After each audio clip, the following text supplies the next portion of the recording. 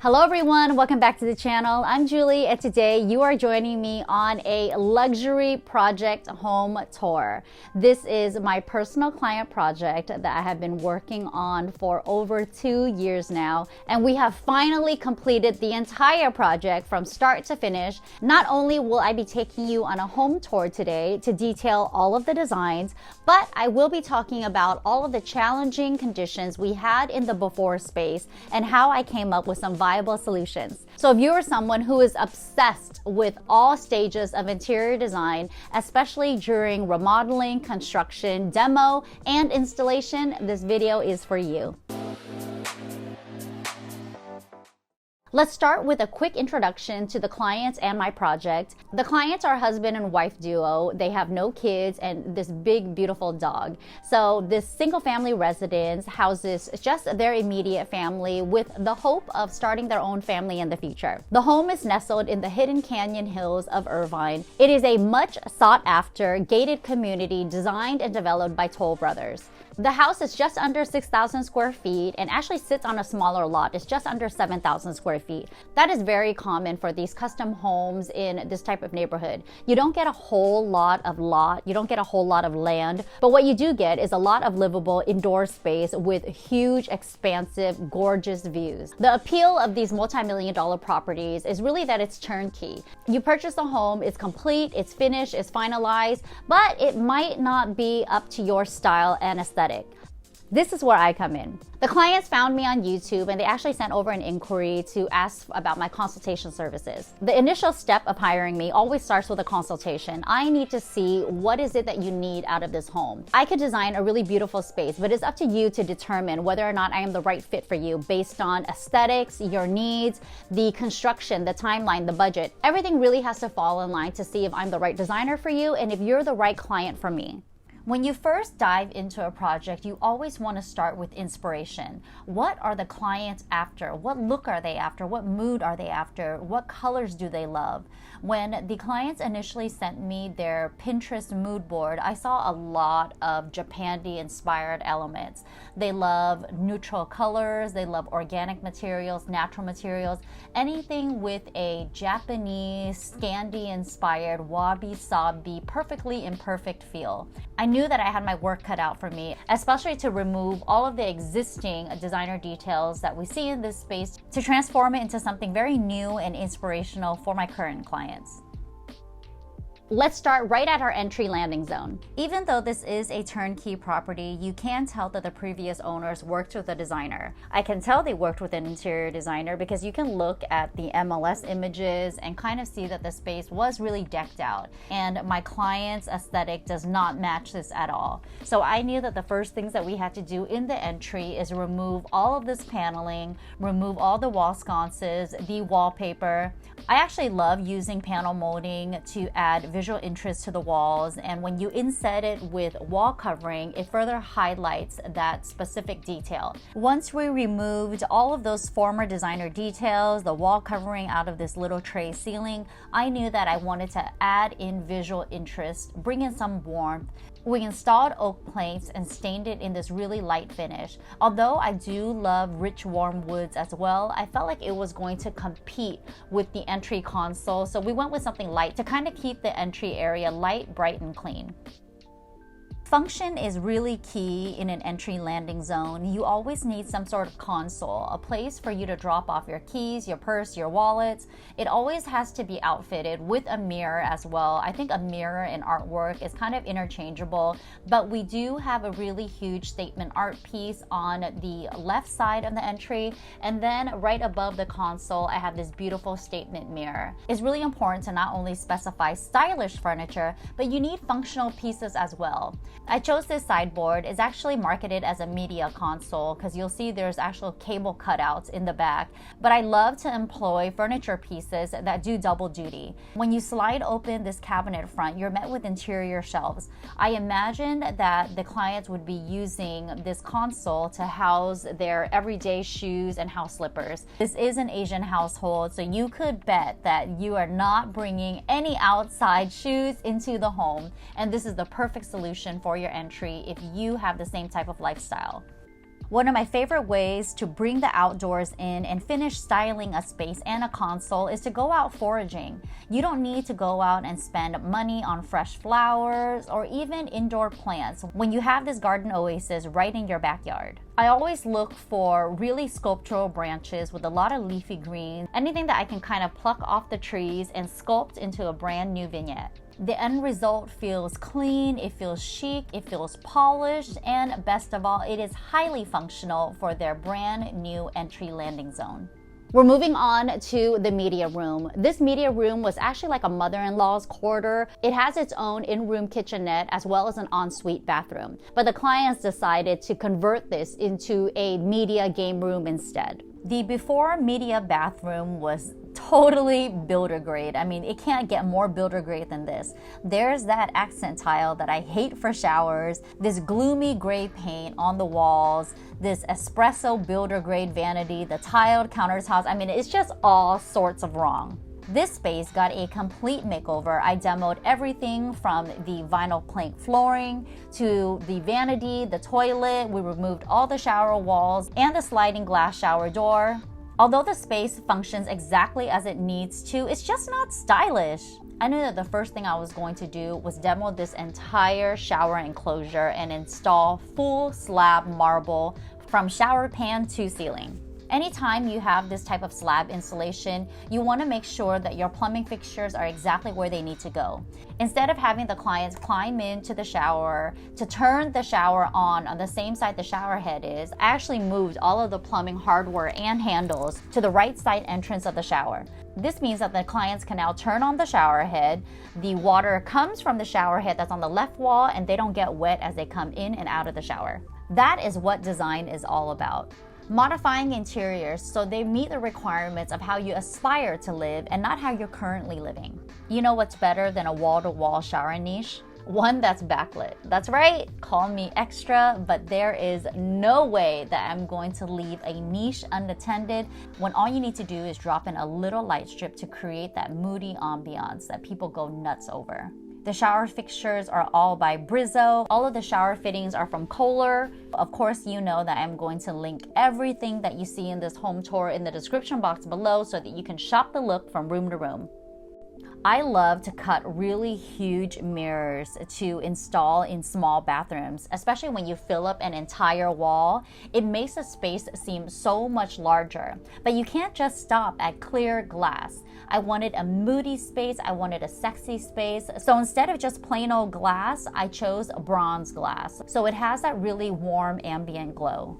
I custom designed the new vanity to be really simple and minimal. Since this is a guest bathroom, no one's really going to use it. They don't need a whole lot of storage space. I needed really simple cubbies for toilet paper and hand towels. And we also reused the same slab of marble that was in the shower on the countertops. Interior design itself is a very wasteful industry. Sometimes you have a lot of waste and scrap that you have to throw away after a project is done. But for me, as long as I can reuse really nice materials in alternate areas, like the shower curb, the shower pan, the countertops, I will always do that so you can get the most bang for your buck.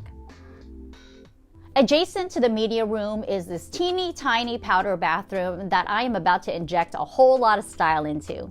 I shared this image of the before powder bathroom on my Instagram to show you the entire makeover, and I was really surprised. A lot of you really loved this before bathroom, but here's my problem with it. In a small powder bathroom, what you typically lack is storage. I hate seeing exposed toilet paper, tissue boxes. I just think it's so unsightly, and there's so many more creative ways to hide this right in plain sight. I knew that the first things that I wanted to do was create a really moody bathroom. For smaller spaces, you have the opportunity to go really big with design. There's not a whole lot of materials involved. There's not a whole lot of labor to cut these materials. So always think about injecting small spaces with a huge wow factor. I found these really chic and edgy matte black tiles that I had installed in this herringbone pattern. I love to use really basic materials and create really cool patterns and installations. Next, it came time for the walls. You know, white paint ain't gonna cut it in this glamorous powder bathroom. I used Portola Paint's lime wash paint, and I actually sealed it with a glaze so that it's impenetrable and it could be used in wet areas when typical plaster, Venetian plaster, lime wash, Roman clay can't really be used for wet areas. So you always want to make sure that you have a proper sealer on it or another coat of glaze paint. We kept the floors, we demoed the accent wall, we removed the previous toilet and sink, and it is an entirely new vibe in here.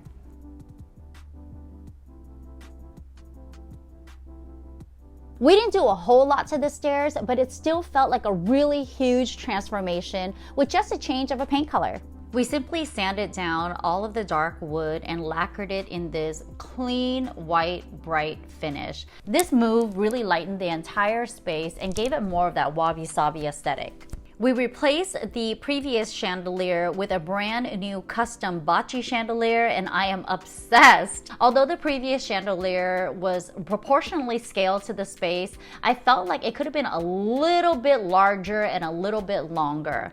Also, the mix of the tiny crystals and the huge balls, I mean, I feel like it's such a dated fixture, something that you would find in like an old 70s casino. It just definitely needed to feel a little bit more elevated, a little bit more current, and a lot more sophisticated. Our custom bocce chandelier took over 6 weeks to make, and it took a crew of at least 3 to 5 guys to install this baby. But look at this outcome. It's so pretty. I especially love that this looks like a different fixture from every single vantage point in the home. At different times of the day, this fixture is so stunning. When it came time to select artwork, I shared so many different options to the clients. I always want to get the client's initial inclination towards something. I'll share really colorful pieces, I'll share not so colorful pieces, I'll share abstract art, contemporary art. I think when you're starting out with artwork, it's a really good idea to see what you naturally gravitate towards. Sometimes it's color, sometimes it's pattern, sometimes it's an image that transports you to another time and space. The clients really vibe with abstract artwork in really coastal colors. They love blues, they love greens, they love the ocean, so we really wanted to bring that entire vibe into their home.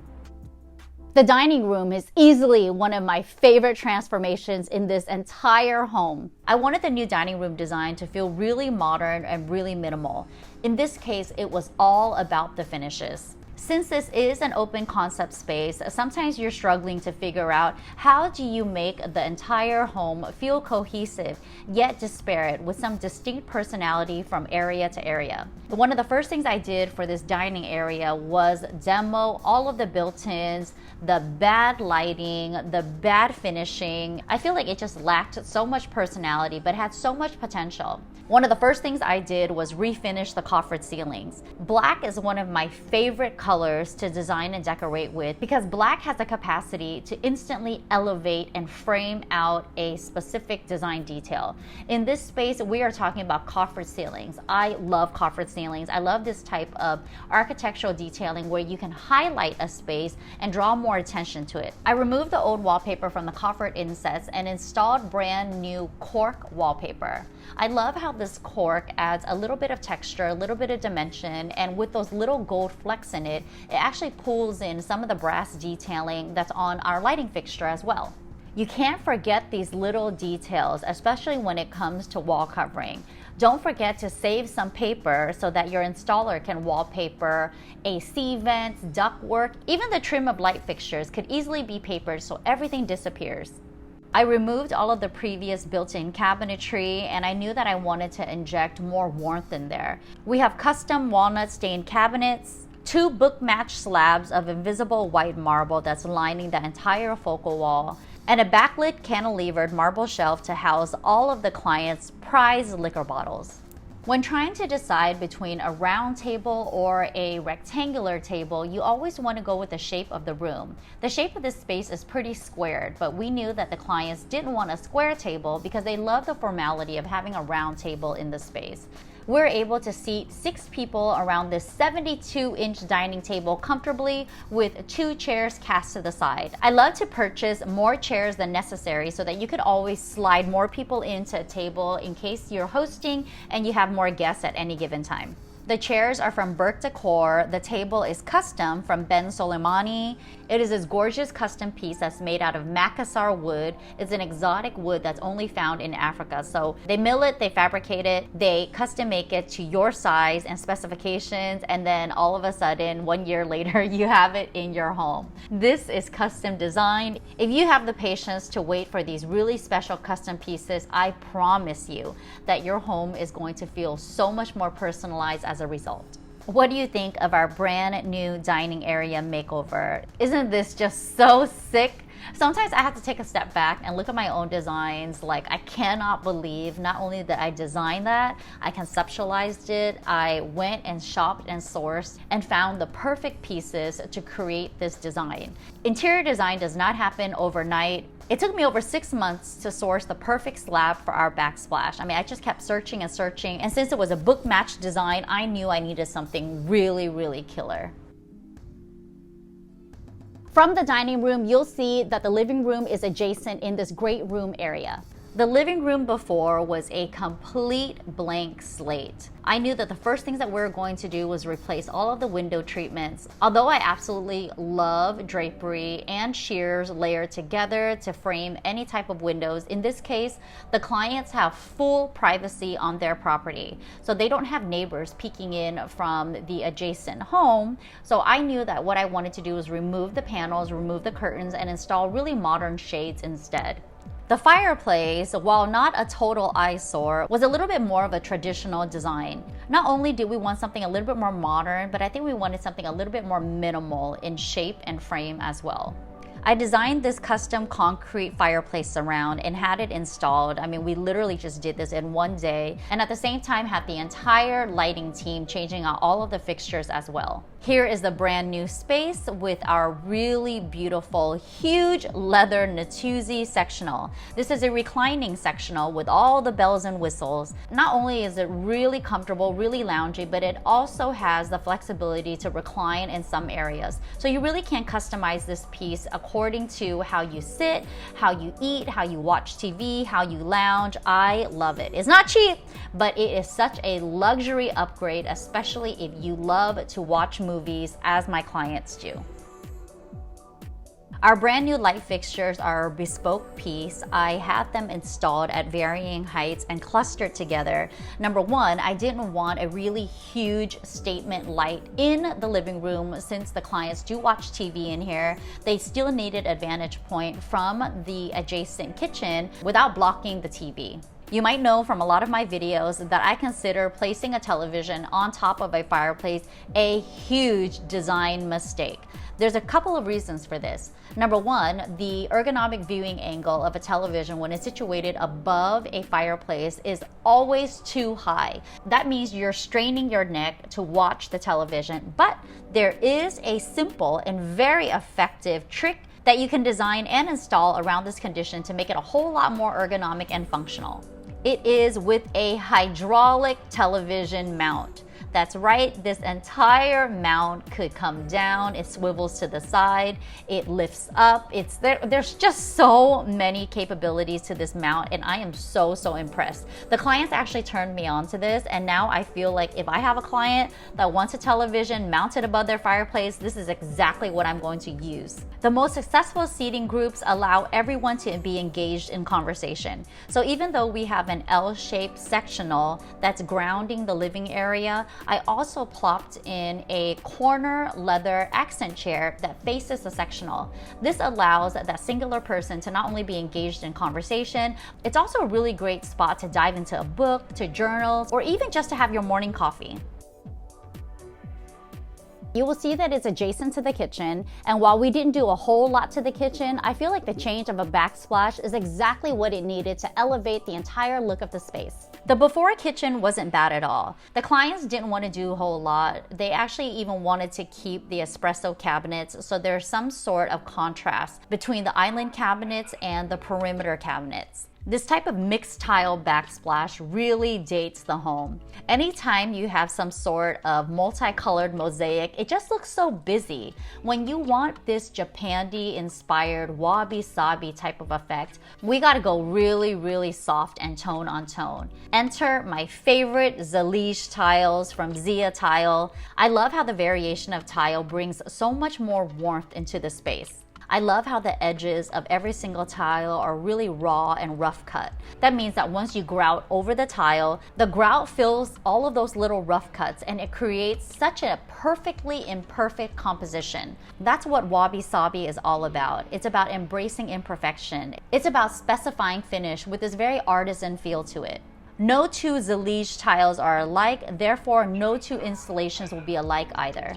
The clients were actually fine with leaving the kitchen cabinets as is, but I think for future, maybe phase 2 design, I might even push them to lacquer it white so it matches all of the trim in the home, and then all of a sudden it becomes about really beautiful lighting in the space, really beautiful finishing, and less about all of the built-ins. Remember that it's not enough to just add beautiful furniture and call it a day. You want to consider all aspects of the design. What do the window treatments look like? How do they function for the space? Are you looking up? Are you going to address the ceiling, which is the 5th wall in design? In order for a design to feel completely transformative, you have to think about all of the senses and be able to capture that in the essence of one singular room.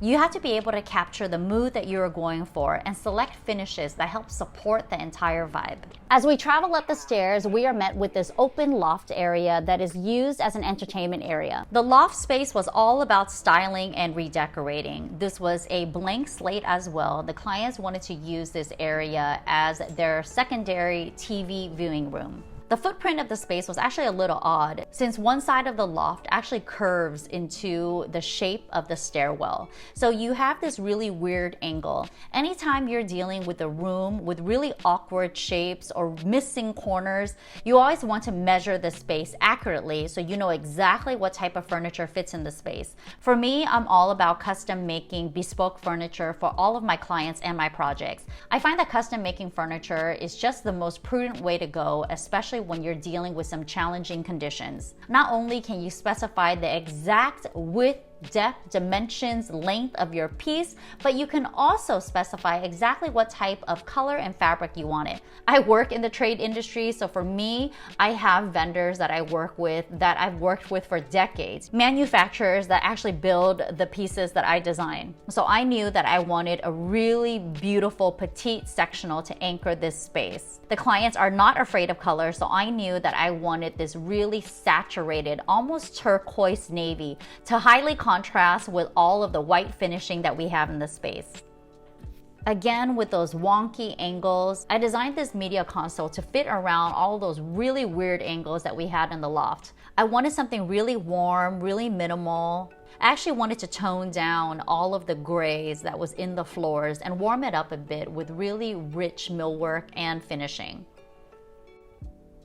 You know me, I love wall-to-wall shelving. It is the perfect opportunity for you to add some finishing, styling touches in there that feels a little bit more personal to not only your home, your lifestyle, but your family and your needs. A designer's trick to styling shelves is to not fill up the entire space. I always love to create really small vignettes that mix materials, mix finishes. You're dealing with a variety of textures, a variety of heights. Anytime you want to play with styling a bookshelf or a vignette, decorate in groups of 3. The rule of thirds dictates that anytime you group items in odd numbers, 3, 5, 7, 9, it always looks more dynamic than having even numbers.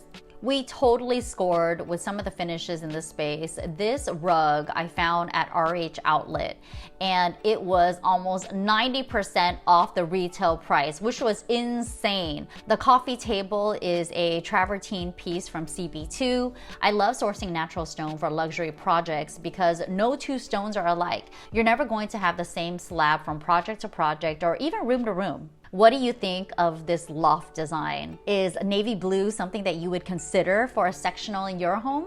Is this too much color for you or just right? All of the bedrooms are situated on the second level as well. There is a primary bedroom, there's a guest bedroom, there's a gym, there's multiple bathrooms, and a dedicated home office. I couldn't wait to get my hands on this primary suite. I mean, the before look was just not the client's style at all. Did I tell you that the dining area was my favorite room in the home? Oh man, this primary bedroom is a very, very close second. I mean, look at it in all its luxurious gorgeousness. The before bedroom was really, really bland. I mean, it had this glam factor that just didn't feel glamorous at all. It didn't feel sophisticated. It didn't feel luxe. There was a lot of grays, a lot of really bad metals, a lot of very, very bad finishing. I mean, this mod type of wallpaper that they lined the entire ceiling just felt like a huge miss. One of the first things I did was sand it down the entire walls, and we plastered all the walls to this new really sandy lime wash finish.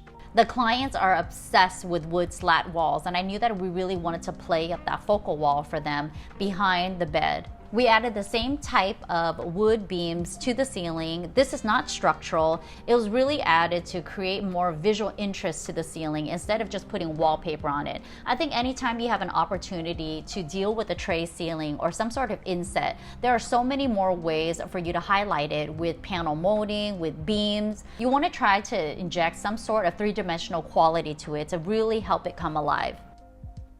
There are so many elements of this primary bedroom design that I'm absolutely obsessed with. I feel like everything just really came together. I know it's very neutral, it's devoid of a lot of color, but that's what the clients wanted. They wanted to retreat to their bedroom and feel completely relaxed and rested, and I feel like we absolutely achieved that. Anytime you're dealing with a tone-on-tone space, you want to inject a variety of different textures into the space. We have the warmth of woods, we have the nubby textures from the bedding, the wool, the window treatments, the shades.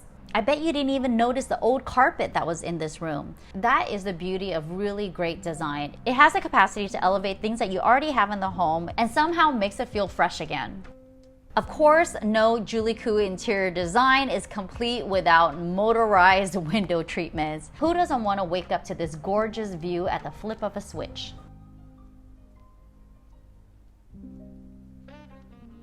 Another designer trick that I love to use is curved, rounded furniture. Anytime you have a space that you want to soften up, if you feel like there's a lot of hard lines, a lot of angled spaces, especially in a room that has a lot of woods, a lot of wood slats, there's a linear quality to this design that I wanted to relegate just to the perimeter of the room. Everything else in this space, I wanted to feel like a big warm hug, that you're enveloped into the coziness and the softness of this room, that the sofa simply hugs you once you sit in it. There's round pillows for you to kind of cuddle up with. There's rounded furniture, nothing that you can bang your knees on or stub your toe on. The shape of your furniture is just as important as the upholstery fabric that you choose. So definitely consider all the details of the design as you are furnishing your space. This swivel chair is from DWR. It did not look like this when we purchased it. I knew that the first thing I was going to do was reupholster it in this really beautiful dark cognac color.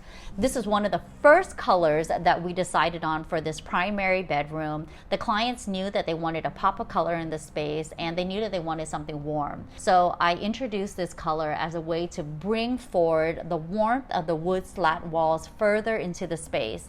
The clients still need to specify a television for this media wall, and they're kind of tinkering between a projection or a really huge big screen TV. If any of you actually have projection televisions at home, can you clue me in as to the pros and cons? I actually haven't used one myself, but I do want to know what's better, a large projection screen or a larger screen TV?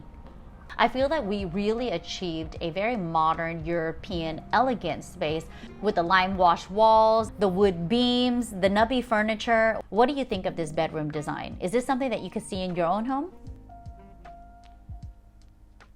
Moving on to the primary bathroom, since this was an ensuite bathroom, you could clearly see the bathroom space from the bedroom's vantage point. So of course, all of the finishing had to complement the bedroom as well. I used the same type of walnut for the new vanities and all of the linen cabinets. We demolished the entire bathroom. The flooring, the previous built-ins, everything was just so dark. It was just so depressing, and I felt like it made the room so much heavier than it actually was. A designer's trick to making a space feel lighter, brighter, and airier is to float all of your cabinetry. Floating cabinetry simply means that it does not land on the ground. It floats from the walls in midair. You could anchor it with a full height cabinet. You could also anchor it with a pedestal base. In this case, you will see that both vanities actually have a pedestal on the center at the bottom of it, and here's why. I found during construction that there was actually a plumbing pipe that jutted out from the walls right into our floors. It would cost thousands of dollars to remove this, so instead of removing this singular pipe, I opted instead to have my carpenter fabricate this makeshift pedestal box to conceal the plumbing. Of course, even though the plumbing only happens on one side of the vanity, you have to do the same to the other side. Although one side is structural, it's hiding the pipes, the other side is simply decorative. But in order to create symmetry and balance in a space, you have to do the same thing for one as the other. Isn't this new design just so much more relaxing and peaceful and spa-like than the original space? The bathroom is huge, but you don't need to fill it up with all cabinetry to have the storage requirements you need. A lot of people get really confused as to how to mix metals in the same room. My designer's tip is same function, same finish. So if you have a mirror, the mirrors have one function, they can have one finish. In this case, it's polished nickel. The light fixtures are a different function. They were specified in brass. The cabinet hardware is the third function with its own finish, so that was specified in a brushed brass metal. So even though I only have two different metals in this space, they really vibe off each other and create more of a dynamic vignette versus only using one metal.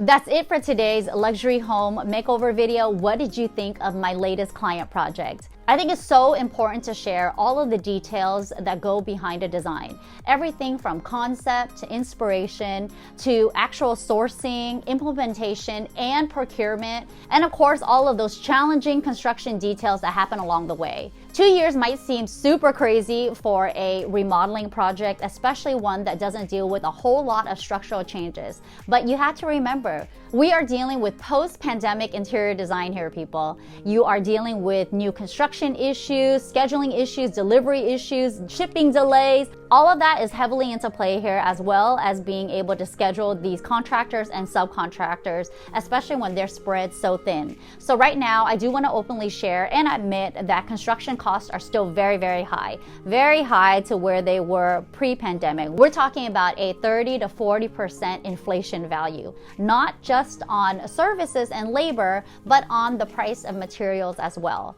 I hope this video gives you a little bit more insight into the interior design process. If you're looking to remodel or renovate and want more designer tips from me, I would love to hear it in the comments below. Give this video a thumbs up if you love this type of home tour and you want to see more from Julie Khuu Interior Design. Share this video with anyone you know who's looking for luxury interior design inspiration. And of course, subscribe to my channel if you haven't already. Click that little notification bell to be notified of new videos that we drop on the channel every single Thursday. Thank you so much for watching. I'll see you next week.